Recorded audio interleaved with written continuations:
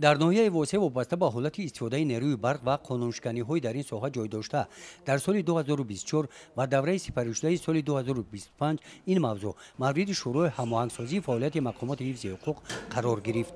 در کار شورا رئیس ناحیه، رهبران مقامات‌های حفظ حقوق و مسئولین ساحه برق اشتراک کردند.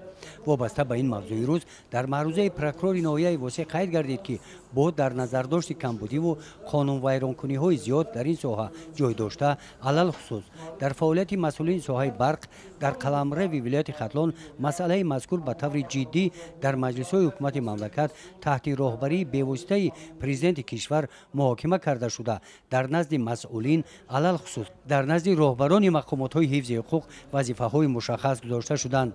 قید گردید که سنجش‌های پروکوروری و فعالیت نظارت مقامات کارهای داخله و امنیت ناحیه تنها در دوام 2 ماه اخیر نشان داد که واقعا هم وضع اجرای قانونگذاری در سمت استفاده نیروی برق در حدود ناحیه تماما به طلبات جوابگوی نبوده، آن به سبب باعث اظهار نگرانی نگردیده است. طور تحلیل ها نشان دادند با نتیجه سنجش های گذرانیده شده در این سمت تا به امروز 3 پرونده جنایتی آغاز کرده شده.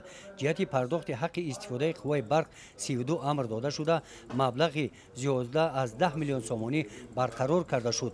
برای برطرف نمودن قانونشکنی ها 7 نفر به جوابگری مادی کشیده شده، نسبت 28 نفر برای رعایت نکردن قاعده های استفاده قوه برق پرونده حقوق ویرانکنی مأموری آغاز کرده شده. فعالیت با مرام ادامه دارد.